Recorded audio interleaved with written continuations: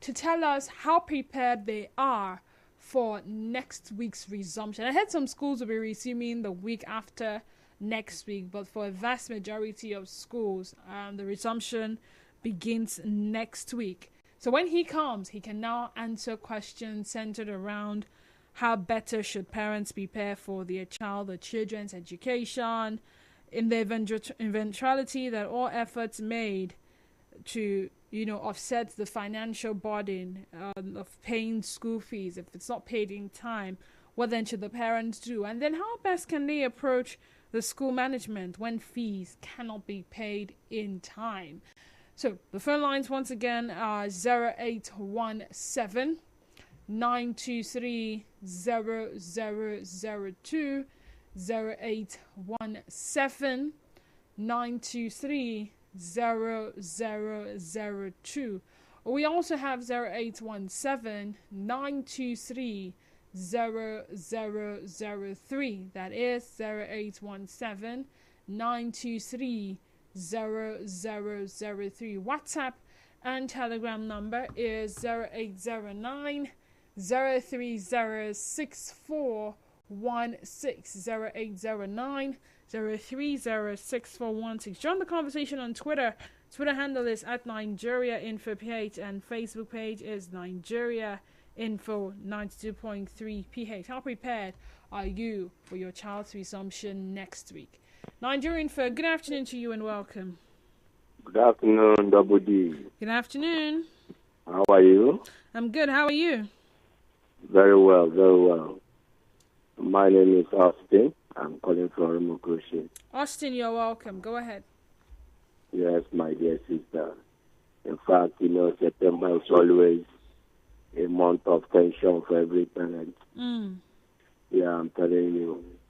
As I am now, though I'm very much prepared, but it's going to tell on me so hard because I have other problems facing me.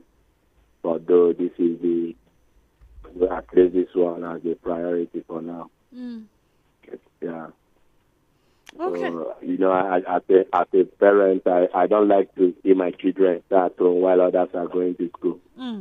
So I try as much as possible to make sure I have said everything that I have to do about the teaching fees. It's well anyway. Thank you. So are you prepared for your child resuming next week, or will they have to wait? Come again. Are you prepared for your children or your child resuming next week, or will they have to wait? No, I'm prepared. They are resuming next week. They are resuming next week. All right, that's good. That's good. Yeah. So for some students, new uniforms, if they are moving from from junior secondary to senior secondary, in some schools, the primary school have a different uniform, the nursery school have a different uniform. So new uniforms, new textbooks. So you're not just paying school fees, you're buying textbooks. Sometimes you need to change things like school bags and pay lesson money and all that. Nigerian Info, good afternoon to you. Welcome. Go ahead. Hello. Hi, good afternoon. Welcome. Afternoon. My name is Comrade. You're welcome. Thank you. For the school fees, I'm prepared for my children to go back to school. And the school bag, I've attended the school bag. You've amended the school bag. Books, the textbooks, I've arranged the textbooks. Okay. We are prepared. You are prepared. That's good. Yes, so how many children do you have? For now, I have one. Oh, okay. And you're prepared for that particular one. That's good. Yes. That's good. Thank you for sharing with us. It's a whole lot if you're attending a private school. Some private schools, they charge an arm and a leg for each child. And if you have more than one child in that school, you know what it entails. You're not just paying for one person, you're paying for all of them. Sometimes what some parents will do is, since I don't have money for both of them, let me pay for one first. You wait. By next week, when I have your own, I'll pay for you, yeah? Nigerian friend, good afternoon to you. Welcome. Turn off your radio set, please. Could you please turn off your radio set? I'm sorry I have to let you go. 0817-923-0002, 0817-923-0003, and 0817-923-0007. Once again, the WhatsApp and Telegram number is 0809-030-6416. How prepared are you as a parent or as a guardian towards resumption come next week, Monday? Nigerian for good afternoon to you. Welcome. Yeah, good afternoon. Good afternoon. What's happening? Like I did mention, our guest is almost here. Traffic situation, you know how it is, but he should be here any moment from now. While he comes to answer some of these questions. Okay, so he's here already. It's quite unusual to have him show up late, but some things are usually beyond the control of humans. 0817-923-0002, 0817-923-0003, 0817-923-0007. Once again, the WhatsApp and Telegram number is 0809-030-6416. Without further ado, I will introduce my guest, Ikechi Nwogu. Good afternoon to you, sir. Good afternoon, Dee. How you doing? We thank the Lord. And how are you preparing for resumption? I don't have anybody out preparing for resumption yet. But maybe from the things you will tell us today, maybe I will just know how best to prepare when the time comes. Okay. All okay. Right. Yeah. So Nigerian folk, yeah. Good afternoon.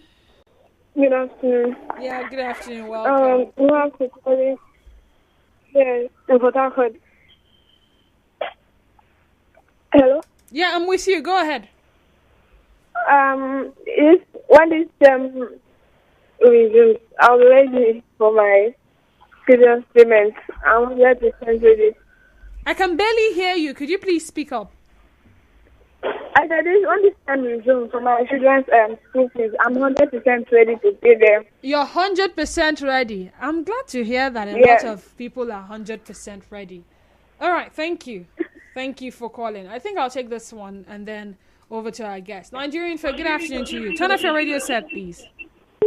Sorry. So, most of the people that have called so far said they are ready. They are very ready, which is a good thing compared to the last time I had a conversation similar to this. I think that was precisely in January. But that time, the conversation was focused on the school management. And it was how best they can approach non-payment of school fees. Enough of the child having to bear the consequences of their parents' actions. In this case, action of unpreparedness towards the child's education. So the humiliation, the harassment, and the psychological effect on the child having to be sent back home because the child, well, the parents of the child could not pay fees. You know, it was a way, if it was possible for the parents to receive the punishment and not for children, just maybe it will be a lot better as opposed to the children having to bear the consequences and all that. So this time around, let's focus on the parents so we prevent that from happening. It's a new academic session, by the way. Children are going to transition from secondary school, junior secondary school to senior secondary school. There are those who will move from nursery school to primary school. I hear they also graduate from kindergarten to nursery school. But hey, it's a fresh start. So another academic session, 3 terms as it were. I don't know how some schools operate, but I know some private schools prefer you pay for the 3 terms at once. Others will collect per term. So let's start from the very first question. It's money, right? And the economy, if you ask me, everybody's seeing the subsidy removal and its impact on the overall economy of Nigeria and the economy of people's pockets. For the ladies, their handbags. So without saying much, let's start with the very first question, which will be hinged around how better parents should prepare for their child or children's education away from September. I mean, it shouldn't be something they prepare for this September and then next year or the year after that they are not preparing for it. Preparation is a very not considerate.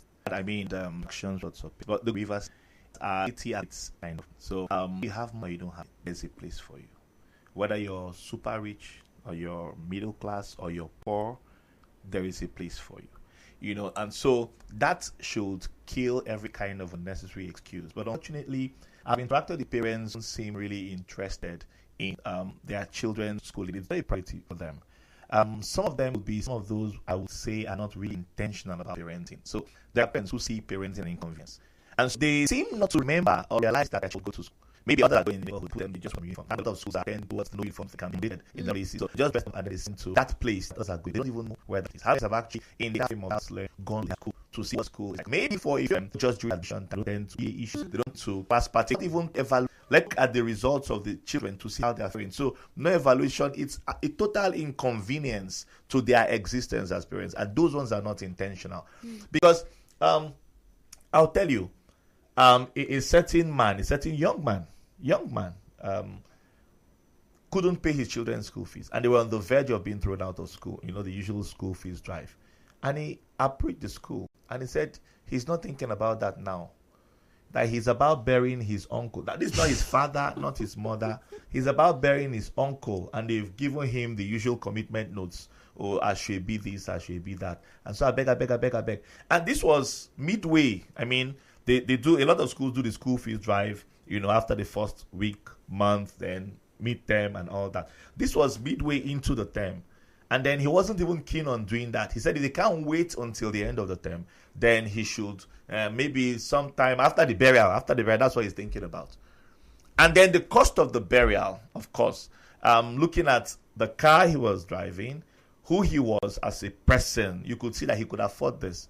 But maybe, I don't know what interest laid at the burial ground or the burial arrangement. I don't know what it is. But for him, the burial was priority. So what do we place premium on? And that's what defines the attention we give to our children and their fees. So no matter how rich a man is, okay, he may not feel the need to pay the fees of his children if it is not a prime interest for him. Then another thing is bragging rights, clout chasing. So some parents, yes, we're encouraged to send our children to schools where they could network with other rich people. But there are some of us who attended public schools all our lives. And I don't know what network we forged or we didn't forge, but that hasn't stopped us in any way from being whosoever we are today, whoever we're going to be tomorrow. There are a lot of other life ingredients that could enable life. Okay, there are a lot of other issues, delicate issues that sponsor life and sponsor you to your placement beyond a social network. And so you see some persons, because their neighbors' children are in some big school, they can't afford it. They want to put their children into another school or a bigger school. That up and neighbor mentality, just to feel, up there. And then they can't meet with the needs, with the demands of school fees. Now, I would say something really shocking. Go down memory lane and begin to evaluate, go through the WAEC results, go through the JAM results. Over the past 1, 4, 5, 7, 10 years, you can count the number of private school children who made it to the very top. Most of the best results, even in the celebrated Mesoma case. Mesoma was a student. We all knew she was very intelligent. She was a student of a public school, owned by the church, owned by a certain church in Anambra State. And then you look at, let's begin to ask, you pay such huge fees, training your child from, within the first 16 to 18 years, sometimes running into millions. School fees, very expensive today. A lot of schools are charging upwards of 200,000. In Port Harcourt, for example, you interact with parents and you tell them, oh, my child is in a school where we pay 30,000, we pay 50,000. The first thing they'll say is, what are they teaching there? What are they learning there? Let me debunk this myth. The performance of your child is not necessarily a function of how expensive the fees are. Okay. Because high school fees will be no guarantee for premium learning. Premium learning comes by many things, especially by the passion of the proprietor. What does he want to bring on? So education is sometimes seen as a business, and they don't want to make money. Education too could be seen as a social service. They want to offer value. And so in the interaction, that's why it's good to go to your child's school. In course of the interaction, you will try to key into the heartbeat of the proprietor, the school owner. Why do you found this school? What do you want to achieve? And so when you bring all of these things together, you discover that a lot of parents don't even know what they want out of life. And that's why I earn 50,000 naira. I want to put my child in a school of 500,000 naira because everyone else in my neighborhood, in my yard, is in this school. They can afford it. Can you afford it? And so why don't you identify? We have beautiful schools that are state-owned. Efforts are made. Why don't you identify something within your borderline, something you can, if possible, free of charge? But as I end on this note, you realize too that once upon a time in Rivers State, the government had announced, now we've made provision for quality education. Parents were still not willing to send their children to school. They will still have children on the streets selling sachet water and all that. In fact, the government had to threaten, we're going to make arrests. If we find a child on the road who's within school age and is not in school, we will come, trace him, pick him up, take him to the house and arrest whoever the parent or the guardian is. Efforts have been made. So you discover it still boils down to interests. Okay, now you said something about an environment where certain children attend a particular school and you are not up to the level of the parents of those children, but you still want to send your child to those schools. Now, that I can afford a school of 500,000 naira, does it mean I necessarily need to send my child to that kind of school? For me, coming from the educational perspective, the answer is no. That I can afford anything does not mean that I can afford a phone of 100,000 doesn't mean I should go for a phone of 100,000. I mustn't exhaust whatever my budget is. If I can find value, quality, purpose for less, why don't I go for it? So that I can afford a school of 500,000 naira and I go in there, and that's the only school within the neighborhood, but they don't seem to be teaching. So with all their fizzy and all the, panache and all that, they still make terrible grammatical blunders. I mean, they are teachers and stuff. I'll take my children away from there. I need to be guaranteed of extreme value. Yeah. Okay, let's bring in some factors and be more practical about this conversation. Yeah. The burden of finance extends fees. It will go to transporting the child to school as well, providing snacks and some other things for the child. Some children will be required to change school uniforms and all that, textbooks and the rest. Considering the current economy, some people would say, before now, it will cost me 200 naira to transport my child to school. However, at the moment, it will cost me 1,000 naira to transport my child to school. This is where the mathematics will be worked out and the numbers will be worked out. There's a school in my neighborhood that is expensive, but will cost me almost nothing to send my child to school. Whereas the school at Abloma, which is a good school, will cost me 1,000 naira. By the time they do the plus and math, it would almost seem like you're spending the same thing every term for your child. I mean, which should be the better, or what should even prompt your decision? You had mentioned interest. Yes, I also heard you mention value and the purpose of the school. But this one now is finance. And if I'm reasoning like an average Nigerian at the moment, nobody cares about some of these things. It's how much. All the things, anybody that wants to sell anything to you now, at the end of the day, okay, how much? So when you put the numbers together and you think of distance and cost of transporting and whatever, my neighbor was telling me that a pair of uniform in the child's school, just shirt is 15,000, and they are not allowed to go and outsource. If the child walks in through the gate and the shirt is not the one the school gave, the school will know. And I'm like, how? I say, that they said that they import the uniform from the abroad. So a child is walking around with a uniform that costs roughly 40,000 and does not even know. Probably will get into a fight and ruin the uniform and all of that. So when you think of some of these factors, feeding, transportation, other small fees, I think some people even pay lesson fees separately from school fees. What really should the parents be looking at? it's a mixed blessing. It could be some bit of a terrible situation here. I'll tell you, most of those things are decided to by the parents. It's crazy when you attend PTA meetings in schools and you hear some suggestions parents are making. Now, when because you want to prove that this is British education, Montessori, a body school, curriculum. Yeah, you actually have certain parents on their elitist note, right? Walk up to the proprietor and say, "I don't want to say. Why don't you jack up? Why don't you double your school fees? Because a keke just drove in here to drop children, and is this what you accommodate in your school?" So they're embarrassed that day they came with their friends from work to come pick the child in this body school, and then a keke, a tricycle, drove in to pick up another parent's child, another pupil, and they feel people like this should be cut off this line. They shouldn't come here, and the best way to cut them off is to jack up fees, jack up uniform, jack up this, jack up that. Some parents, come pressure the schools. Look, the uniforms in the other school. My neighbors attend schools, and there's this British American international school. It's all imported uniforms, and yeah, we can afford it here.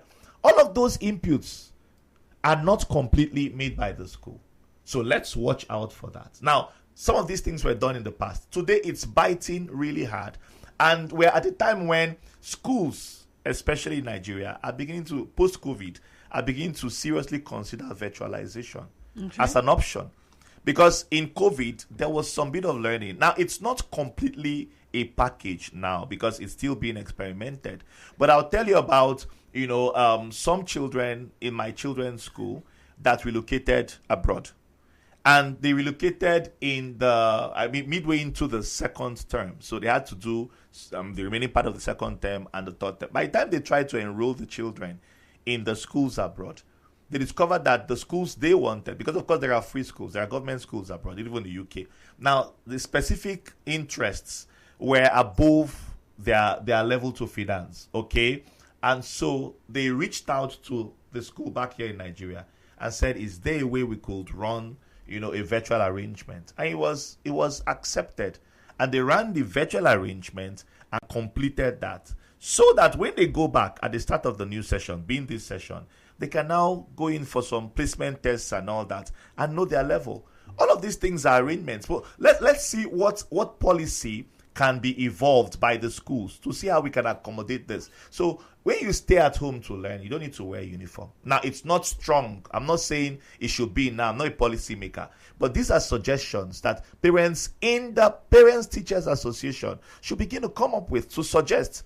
The PTAs of rational schools are also embedded in the negotiation game for fee increments and school uniforms and all that. They are in the game.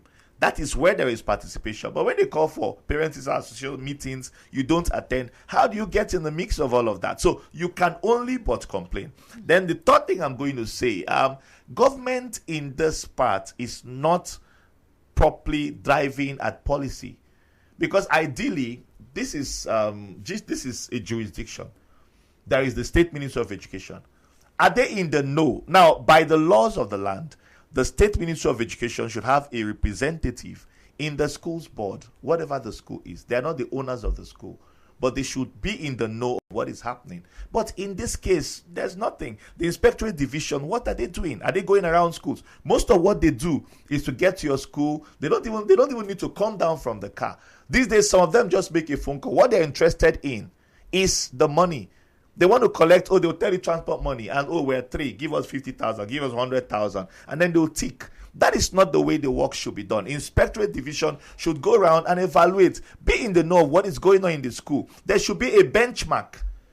I mean, this uniform was clearly bought for 5,000 naira, 10,000 naira. Why are you selling it for 50? Why are you selling it for 70,000? These are questions that should be asked. Benchmarks should be placed. It's not just about insisting all schools should have a common resumption date and a common closing date. That's basically what the Ministry of Education has been interested in. But there's more than that. There should be more to policy stipulations, ensuring that the curriculum is viewed properly. Look through the curriculum. Are they delivering the curriculum? Look through the lesson notes. Look through what they are doing. Get some random students, assess them, assess everything. Look around the school and know what to do. But no, we're not interested in that. We're more interested in the politics of education than in the real deal education and policy thrusts. That's a major problem.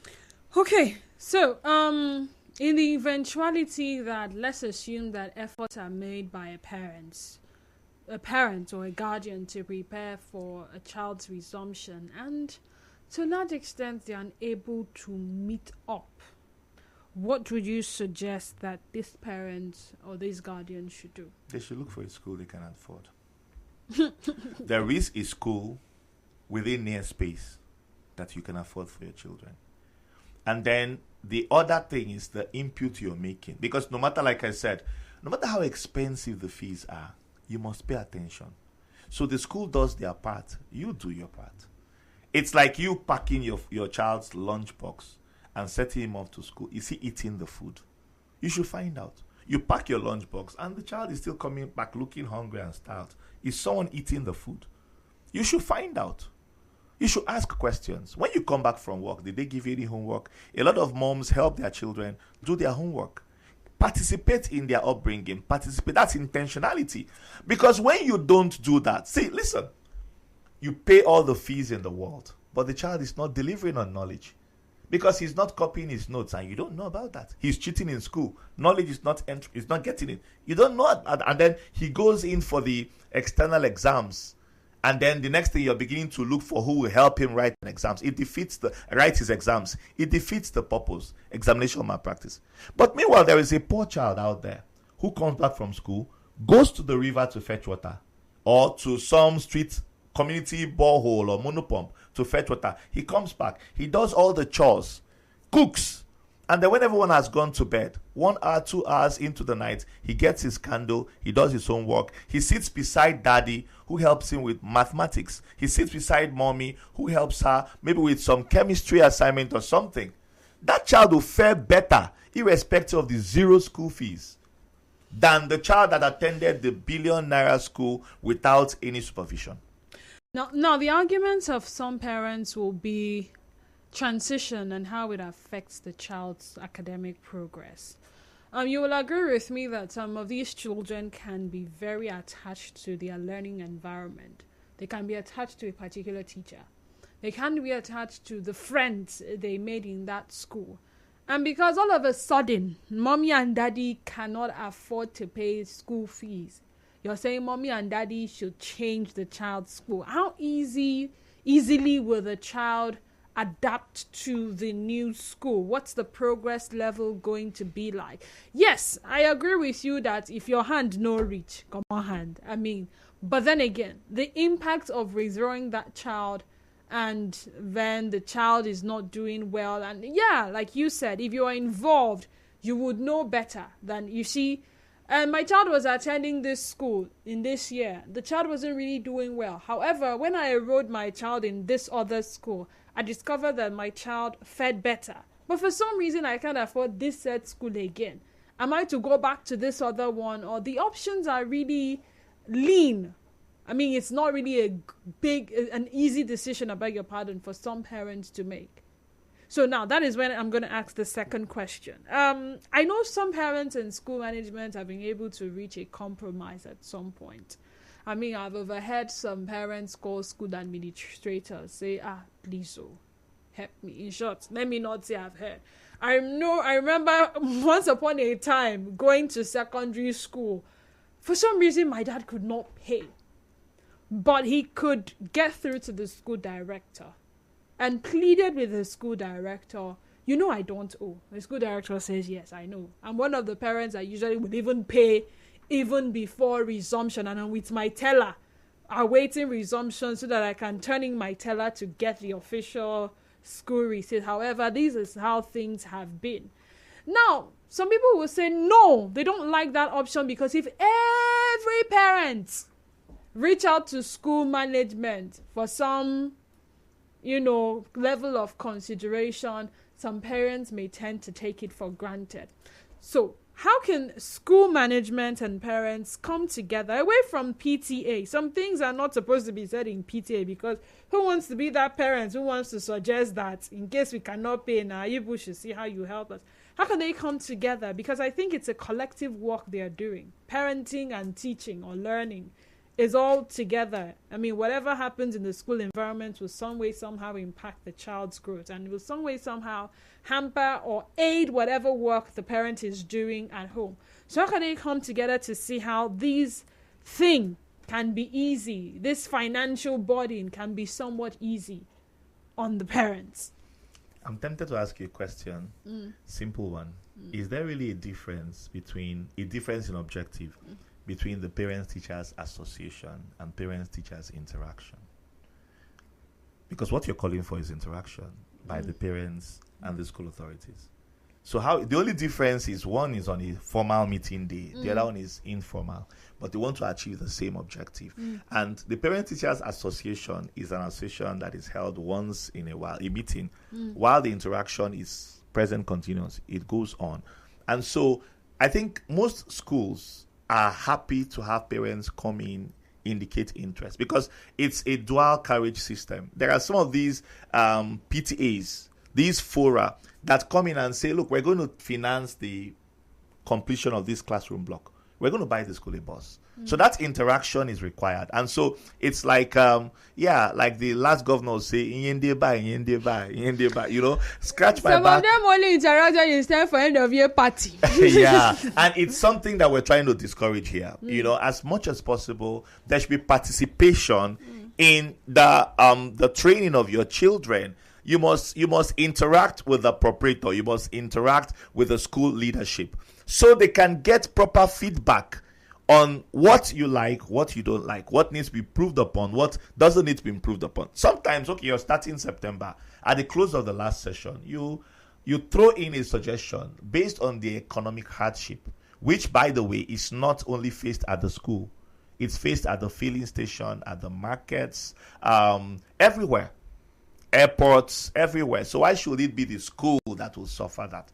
Why should it be the school that will bear the brunt of that? Even the federal government has increased the cost of schooling in unity colleges. So how do you beat that? It's not the fault of private schools at all. But then there should be some form of negotiation to say we're thinking of increasing by 100%, by 200%, based on the economic realities. Then the parents will come in and say, oh, we're so sorry. We're being burdened everywhere else. And there has to be a balance to life. House rent has increased, transport costs increased, feeding increased. We're not going to die for it. The only thing that has not increased are our salaries. And then the school says, let's establish a meeting ground. And then a little here, a little there. And then a new fee is fixed, but certainly cannot be what it used to be, because the teachers have to be paid, and they are paid upon the fees that are paid. So there has to be a balance, a middle ground. Okay, from 200%, can we agree to 100%? Oh, someone says no, 1%. The other one says it comes to water finds its level.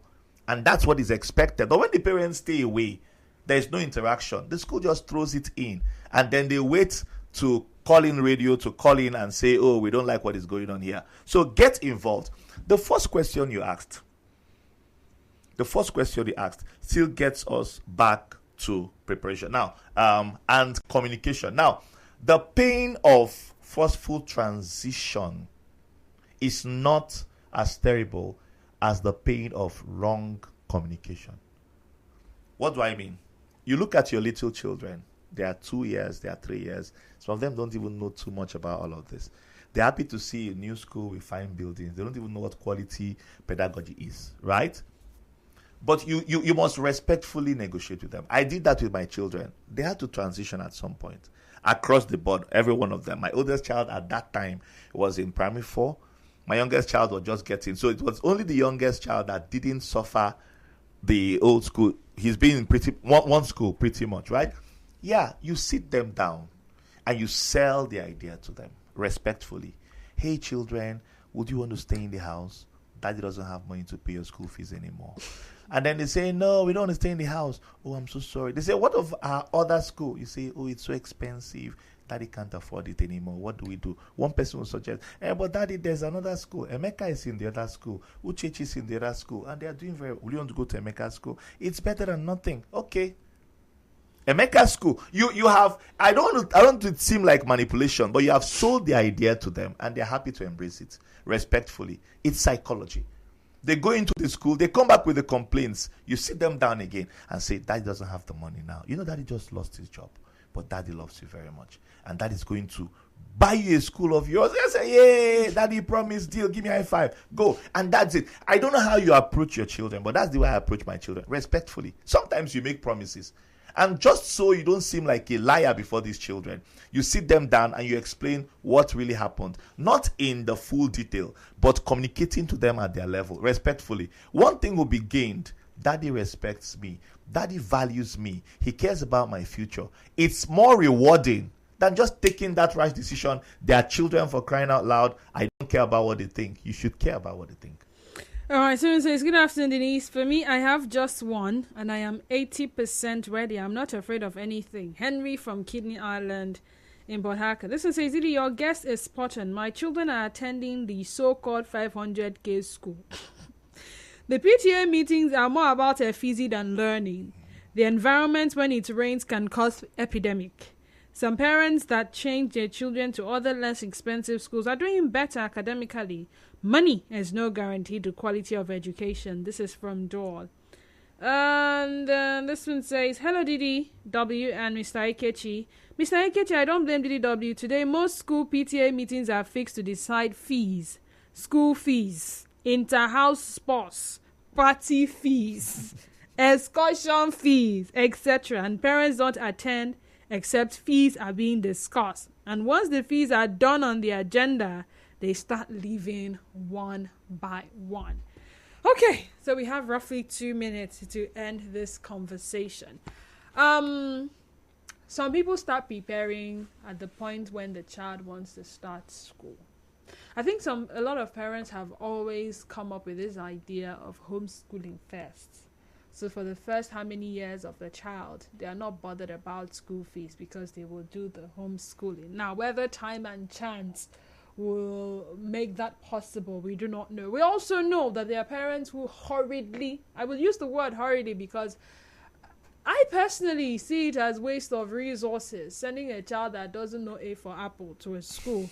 And it is solely because the parent is busy and says, hey, go to school, let me see chance and do what I'm doing. So either ways, I think sometimes a lot of time is available for the parents to prepare.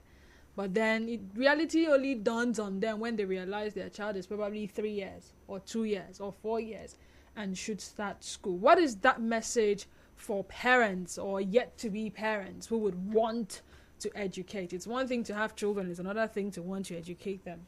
It's because of this concern for which my wife and I would open a bank account the day the child is born. Okay. And then we begin to fund it every month.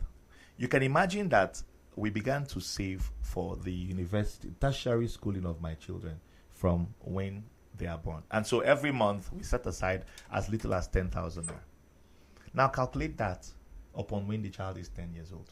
If you save 10,000 naira every month from the day the child is born, when the child is 10 years old, the child would have you'd have saved 1.2 million naira. When the child is 20 years old, you'd have saved 2.4 million naira. And that can finance any university education, public schooling in Nigeria. We don't do that. So we wait until it's time to get into school before we now start looking for how to borrow money and how to. I think it's personal. It's a personal issue. We should plan ahead, even when it's not time. All right. Unfortunately, this is all the time that we have on the sunny side today for this conversation. Maybe some other time we will probably revisit these conversations. Thank you so much, Ikechi Nwogu, for your time, for being here. And thank you also for being a part of the conversation. Those who called earlier, sending messages, and those who chose to rather listen. I'll be back here tomorrow, 12 noon to 3 p.m. Remember to follow us on all social media handles. Twitter at Nigeria Info PH. Facebook page Nigeria Info 92.3 PH. On Instagram and Threads, it is at Nigeria Info FM _PH. Follow me on Twitter and Instagram at _Denise _Dennis. My Facebook page is Denise Dennis, and my Facebook account is Denise Dennis Waller. Up next is Rivers Today, and thereafter Hard Facts with Kala Dakaru Batabo. Just stay tuned to us.